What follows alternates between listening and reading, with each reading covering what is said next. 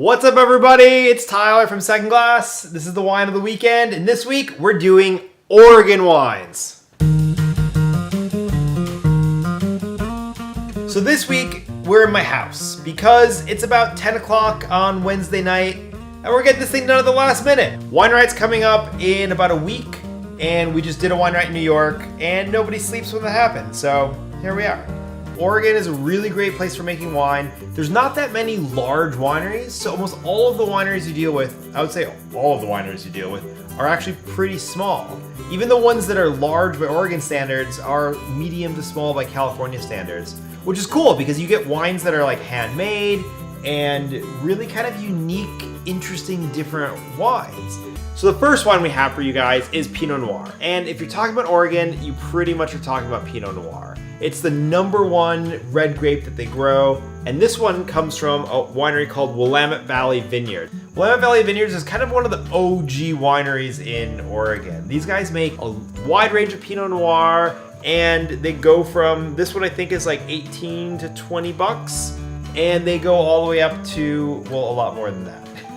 Oregon Pinot Noir falls on the lighter side of Pinot Noir. California stuff is like, it's juicy, it's big, and it's a little bit bold, and it's great, right? California Pinot Noir is great, but it doesn't taste like what the French consider Pinot Noir, which is this like light, delicate grape.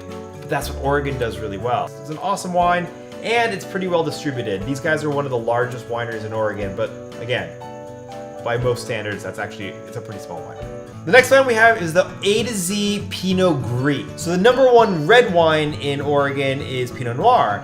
The #1 white wine is Pinot Gris. Pinot Gris is the French name for what the Italians call Pinot Grigio. Pinot Gris from Oregon is a little bit heavier, it's a little bit fruitier, but it's still a dry wine. And you find these wines, most wineries that make Pinot Noir will also make a Pinot Gris. So check this out, A to Z Pinot Gris.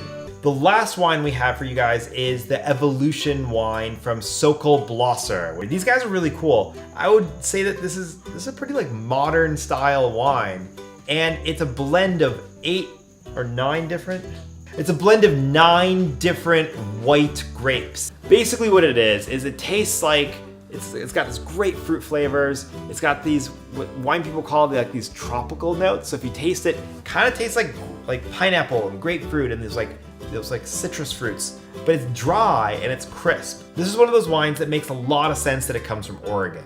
You know, it's kind of got that like Portlandia, quirky label. Sure, let's throw 9 different grapes in it and see what happens, but it comes out really well. Basically, the wines from Oregon are totally kick-ass. You can find them at pretty much any wine store, even a lot of grocery stores carry Oregon wines. They're the 3rd largest wine producing state in the country, making some really cool stuff. Check it out.